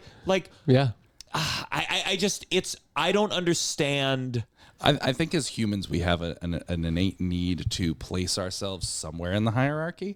And as long as we're above another person, it's like our standing makes ourselves feel a little more comfortable. And like the amount of people, like friends I've had were like, at least I'm not fat. And you're just like, I've been fat my whole life. It's not the worst. Like I struggled with it, but most of my struggles were because of outside forces that like now has like my daughter's generation, they're not going to have as deep of a problem as I did. I didn't have as deep of a problem with body image as my parents' generation. Like, it's getting better. It's getting more accepting. It's getting like, hey, don't say that. Like, from not just being like, hey, it's mean to make fun of someone's size or appearance, to like now with me, I'm like, it's just lazy. It is so easy to make fun of things for people. Like, that is the lamest thing to go to. Gianmarco, what do you think about your body? What do you, like when you look in the mirror? Because sometimes I feel like Which you is act something like I'm you're interested in. afraid to be fat. Like sometimes the way you order, the way you eat, you are into health food. I like the way I look right now. I feel good about my body. Oh, yeah. And there's always part of me where I see men like, who's like a man that's like just cut a little more cut, Like Chris Hemsworth or something like that. Yeah, that's more than I would need. That's extreme, yeah. But I see it and I'm just like, ooh, I want to like have that. I want to have that. Yeah. And when I eat too much, or if I have 2 days where I don't work out, I mean, I work out pretty consistently. Where like I feel it. It's the same areas where I felt as a kid, and it's like here and it's here, and I don't like the way it feels, and it's tough to shake off sometimes. So so I don't feel like it's anything too bad. Like when we went to brunch yesterday, I'm like, this is a fun meal. I'm gonna eat whatever the fuck we order. And I feel totally. good that I have that balance. But I remember we were going back from Toronto, our sketch team. Do you remember this? And we stopped by a Wendy's. And everyone was going to get Wendy's, and I was and I was like, oh, I'm just not going to have anything. And Alex goes, get the fucking Wendy's. I was so mad. That's a problem I have. That's a problem I have. But I will say back, I'm glad I got the Wendy's. Yeah. I'm glad that I ate like shit in high school, and I just became a no fast food. I'm just that's a hard red line. That's not a bad thing to do. There's no a physical or even really emotional advantage to eating fast food. It's just I know in my head it's like nostalgic. There's Yes. But I love comfort to it. when if I have a big accomplishment once every 5 years, I will go get McDonald's. Yeah. I want to be stoned for it too. I want to really enjoy it. Sure. But part of me is like, I'm glad that I fucking ate Wendy's with my friends. Yeah, but I'm fine. Yeah, but I do have that issue where like if we're going to a place and somebody gets like the healthy thing, in my head I'm like, fuck you. I thought there was a pact here. I thought there was a pact that you and I were gonna fucking not think about our health for 1 second, because if he starts thinking about his health, that means I have to fucking think about my health, because I should be thinking about my health in comparison. And so it's a bad quality when that me I'm and trying my to wife fix. started dating, I would give that was a thing that was hard. We'd go out to dinner, like nice, cool places, and she'd order a salad almost every time. And I'd be like, this isn't fun for me. And I would be like, well, what do you want as an appetizer? And she's like, oh, she had never ordered, she was like, I so rarely an appetizer or a dessert was never ordered at a restaurant. Meanwhile, I'm just like, I mean, this is why I'm in a restaurant, is so I can have mozzarella sticks or something, desserts. like some sort of an appetizer, like dessert. Not every time, sure, but I'd always get it. Like to this day, if I'm going to spend the time to go to a restaurant, I'm like, I'm getting an appetizer. I'm gonna experience being at a restaurant. Yeah, and I've gotten better at that. That's good. Yeah, That's it's good. Yeah, I'll try to change for better for me. I won't guilt you. No, but I was glad. But I look back and I don't know. I like that in friendships. I like someone who goes like, fucking do. I like that. For me, that is a form of love. I think for Chris, it got old. Chris and I used to hang out a lot more. Chris is another person in our sketch group, and for Chris and I think he at one point was like, no one comments about what I'm eating more than you do, Douglas. Oh, I know. And that's bad. That's not. Well, that's because not, you grew up being bigger and people have commented on how you ate your whole life. Truly. I spent my entire God forbid I went for seconds at Thanksgiving or Easter or something like that. Oh yeah. They'd be like, oh, I'm going for a second plate, I see, and blah, blah, blah. And I'm like, fucking my 12-year-old brother just had 7 plates, but because he weighs 92 pounds, no one gives a shit. My mom would say, this is more a manners thing, I guess, but every morning I'd have a delicious bagel, roast beef, avocado, and a crazy roast beef big in breakfast. the morning. Mm-hmm. Wow. And I would like my last bite to be big. I like my mouth to feel full, to take time. And as I would enjoy that last bite, Mom would be like, that was probably more than one bite. And I with food I'd be like, Mom, this is my last bite. Can I enjoy it, please? Why would you do this? Why She couldn't help You herself. have so much joy in eating. I used to do that to for me, to this day, my last bite has to be my best bite. It's not my biggest, but I Yes. have to have, Interesting. especially if I'm having a sandwich, I'll like eat around to be like, this one has all of the toppings. Like, and I'll just like pop that in at the end. I And agree. it's I went through a phase. I ate ravioli a lot at my dad's house because Chef he Boyardee? was single dad. No, it was love a Chef little Boyardee. nicer, but it was like big pieces. And I went Yeah. through a phase where I was like, I can swallow 6 raviolis without chewing, and I'd be like eating gigantic pasta meals in 1 minute, Yeah. just swallowing. And I'm like, what am I proving? This is not a skill that's ever going to get me anywhere. no. All right, well, let's go on to our next segment. Sorry, I fucked up with all the cues. This has gotta stop. This has got to stop. Do you Oh, have man. something that's got to stop? Big, I mean, small, personal. This wide. is a huge departure from the rest of our conversation. But I was thinking about it on like the car ride over here, and so I listen to a lot of audiobooks. I'm very big into audiobooks. Cool. And every time I mention reading a book, there's always someone in my life that's like, "You read that book? Did you not listen to it?" And it Oh. infuriates me because like, mind you, I've read hundreds and hundreds. It's always a person who has not read a book in like 5 fucking years that wants to judge you're like not reading it well enough. But like especially like someone like me, like I grew up, even when I was reading as a kid, I had audiobooks. I had the books on tape and I had to read along as I listened to them. I don't know if it was another thing about our generation is I feel like none of us were diagnosed with anything we should have been diagnosed. So I don't know if I had ADHD or dyslexia or what I had. I just fucking powered through school, like getting C's and not being able to do stuff. But I always loved stories and I always loved like reading, but I could not physically sit down and read a book. I Yeah. would get lost. I would reread the same line like 15 times. So I have to have like a person telling the story to me. I'm a great listener. And Sure. I like, and people would, there's some sort of like elitist shaming. gatekeeping and like weird book gatekeeping. Now you're a reader. Do you I like to judge? read. Do you feel any judgment? No. None? I'm not good with the I have to read or else my mind goes elsewhere while I'm listening. Yeah, see, I'm the my mind opposite. just I will go elsewhere when I'm reading it. Whereas if what happens is if I start to drift, I'll hear like the voice keep going. I'm like, oh, it's not going to wait for me. I have to like fucking pay attention and do this. And it's like there's this weird thing. It's not even just in audiobooks. It's like if you do a thing but you don't do it correct enough. So I think it's just gatekeeping in general that drives me Yeah. nuts. There's so much cool stuff happening with like nerdy shit becoming mainstream. Yeah. And there's so many people like, you don't know this enough. You're not doing. I saw people flip out about the latest like Rings of Power, like the latest Lord of the Rings series. And if you shut your brain off like to the whether it was correct to the lore or the intentions Tolkien had, it's $120 billion show. It's a good fucking show. Yeah. And people are so like, but it's not the correct good. It's not the good way it's supposed to be. It drives me insane. Nerd culture. I hate it. Except I've been watching. I was a big Dragon Ball Z fan. Yeah. And I like I was too. I revisited like Dragon Ball Super. Like it came back. I didn't even know, but like a lot. 15 years later, and I watched And I'm all looking the at the episodes. manga, and I got to tell you, for the first time in my life, I feel I was never a Star Wars people, but when people like complain like you're ruining it.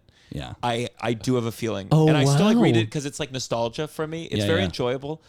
And I feel like you ruined this franchise. Wow. The story is awful. You've ruined the characters. Uh-huh. People who see it from this, it's garbage. You're ruining It's Dragon garbage. Ball Z. It's garbage. Goku's a psychopath. Enough with the hair colors. Stop it. It's so just, many. He has oh. so many That's transformations so funny. now. It is, to be fair, awful. It's awful. Oh. It's fucking terrible. And everyone goes, well, This is the- you were a there's like a kid new when you saw season? that, is it? And I'm like, no, it's bad. Wow. Well, it's not that. I mean, speaking directly to the Dragon Ball Z, it's not that it's bad. It's just the same. Everything is like now he's the most strongest person in the universe, Frieza's there's the nothing friend. else to do. Frieza Frieza's is a friend. an That's ally, like if Hitler came back an and you said, well, now Hitler's a unlike- pal. Frieza's an unlikely ally in the He new story. destroyed whole planets. so This is many. so fun to Billions of watch. people. He so many. massacred them. No, you're absolutely right. You're absolutely right. But He they're massacred them. in the And now storyline, he's he an is ally? talking about their entire universe is about to be erased, so they have no choice. Yeah, Otherwise, numbers. the entire thing. It's I know. become a thing about all numbers, they do a is they billion, a just million. keep going higher and higher because that's the only arc of the show. I love it. It's like, see, for me, I always love it when things keep going. Like same. I know Star Wars people get super precious about it, but for me, I just get excited that this thing that I was like nerdy about and like shamed of as a kid is now considered cool in any way, shape, or form. That like I get super jazzed about that. Like if I ever like am respected as a writer, if I ever write anything, I would call it what I would call the Super Saiyan problem, which is like the common anime problem, whereas you make the character, the way you solve one arc is the guy like levels up to the higher level. Oh, yeah. And then once you do that, all your secondary characters become meaningless. Yep. And you bring them back randomly. Suddenly Krillin's back in the world's strongest tournament. I'm like, Krillin, what are you doing here? I know. You haven't been strong for fucking 30 years. Get out. in Krillin's I know, defense, right? he is This is technically really the fun world's to watch. strongest human in his defense because everyone else is a And I Saiyan. miss But it. yeah, I miss it. I it's miss so Yamcha. fun. I miss Tien. And I they know. gear up for battle. I'm like, Yamcha?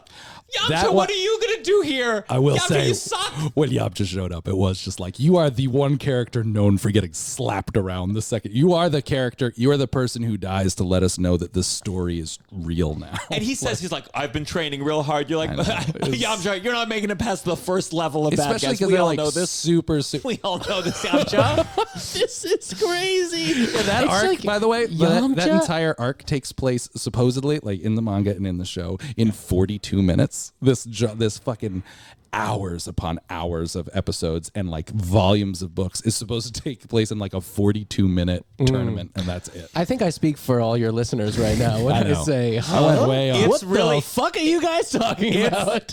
It's really hard because I don't have You're a just fan going, base you're that's like, this is any the worst. anime related. There's no but way. it's a part of my life. I bet you there's one person right Yeah. now who's like, fuck, I love this. I Doing think all everyone anime. appreciates the fact that it's just like, this is the thing that mattered to me. And I understand like Yeah. feeling like the thing that mattered to you and like the thing that got you through is getting ruined in some way. Yeah. I don't know. Maybe What's I'm interesting to me is, may I ask how old are you? like 33. Oh, wow. Oh, okay. You guys are the same age, kind Yeah, of, right? 34. Oh, yeah. Oh, 34. Yeah, right. Yeah. I thought you were a little bit older, so I was like, wow, you were older. But this is Dragon Ball Z. I mean, Dragon Ball Z. this was This is- before of my it. time. Yeah, yeah. This is before my we time. remember how many episodes it took to build that Or spirit bomb. after my time. Like that spirit bomb was 17 like episodes of him just like charging this Wow. thing. And then What it channel was didn't, this on? they it was Toonami, and this is the explosion of Toonami Cartoon Network. yeah. This is, yeah. and there's a big debate in the community whether you watch it in English dubbed or you read the subtitles, which wasn't even an option when we were kids. It was like, no, you had to just No, watch but the dub. I got it from eBay. I went on eBay and I got bootlegs of Dragon Ball before it came into America and Dragon Ball GT, and it was subtitles, but they cursed and they had like nudity and blood. wow. There was And a I lot had of nudity in the original. and Yeah. a lot of Bulma, and I had a piece of paper. I was so into them cursing, and a piece of paper said like "fuck," "shit," "bitch," and I would tally how many times they said "fuck." Wow. because it was so cool. I was at But I was at also, an age but where, like, also I'm like, he said seeing fuck. Cursing seeing is so curses fun. on TV was so weird. I remember with a commercial for that 70s show where they said "bitch" in the commercial, not in the show. And I Wow. was like, we've leveled up as a society. Like, Yeah. this is like able to pass now. Wow. Okay, well, listen. If you're a fan of Dragon Ball Super, please write me so I know. Let's Absolutely, you let's, should. This will be a Yeah. spin-off podcast. Yeah, I guess- yeah. I guess gatekeeping in general. Let's go to our Yeah, final yeah. segment. You better count your blessings. I like that. That was that you again? That's me. Yeah, that yeah. was so lovely. Oh, thanks. My little bit of keyboard there. Do you have a blessing? Yeah. Actually, I'm gonna say Asian grocery stores. I've been really. Tova just went shopping one yesterday. Yeah, God Wonderful. damn, it's so great, and I'm so glad that I live in New York City Mm-hmm. and that I live a block away from a great Asian grocery store. They're super nice, they're super helpful, and I'm like trying to get into Kenji Lopez Alt. He's a food blogger. Okay. On I YouTube. thought he was like he's a clerk at my Yeah, No, I no, was no, not no. sure where we were going. No, he's a food blogger. He's like a food YouTuber. Okay. And he's incredible. He wrote a book. It's called The Walk. He's written a couple books. Yeah. And I'm trying to get into like doing stir fry and stuff because it's like it's so amazing. Food culture is amazing in China and everywhere. And so I've been going to these stores and they're just great. Amazing. Chinese grocery stores. Asian grocery stores. Those are good. I'll say my blessing, similar to, it's related. Where Tova, we got back from Cancun, and she's been just cooking up a storm. That's And nice. you know, if I were to think about what I'd be eating if it was just me, I mean, it's a different life. It's the life of a king. Oh, versus a that's pauper. great. It's astounding, and I'm very appreciative of these meals. Thank you, As you Tova. should Way be. to go, Tova. As I should be. As it should be. Mine would be similar. I'm the cook in my house. My wife does.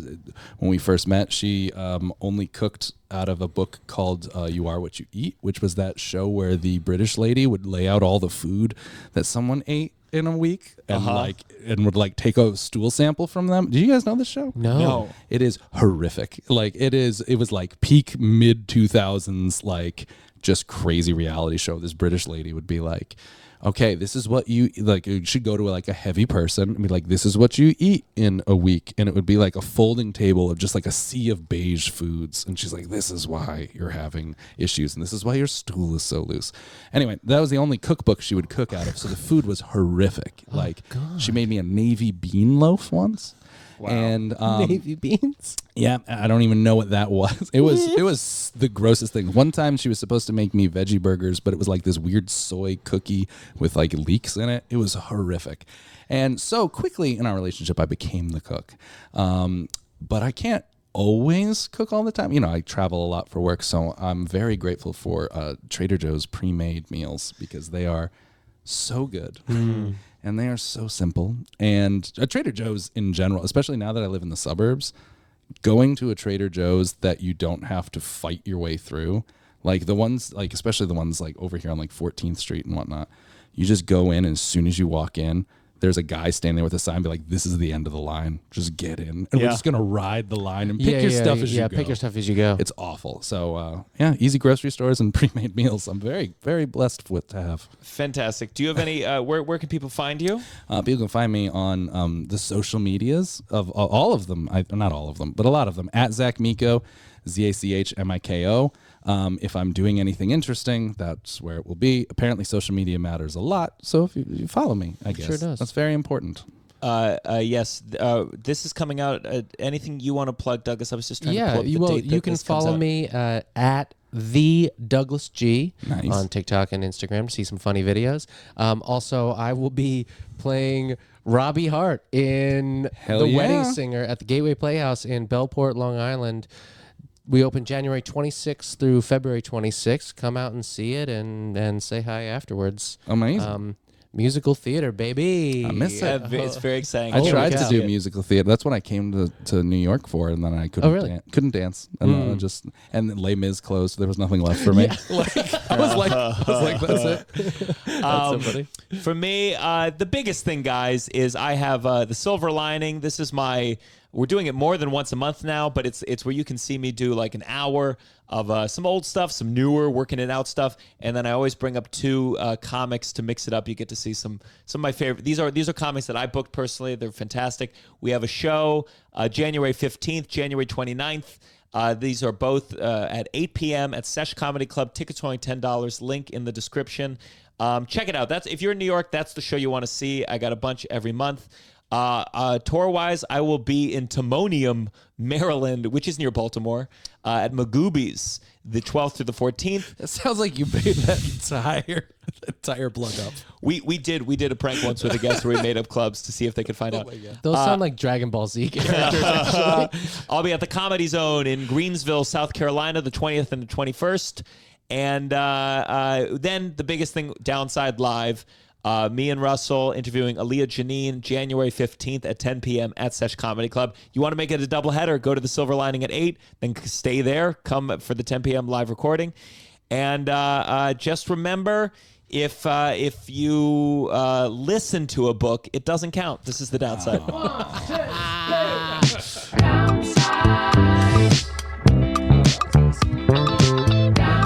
You're listening to The Downside The Downside. with Gianmarco Cerezi.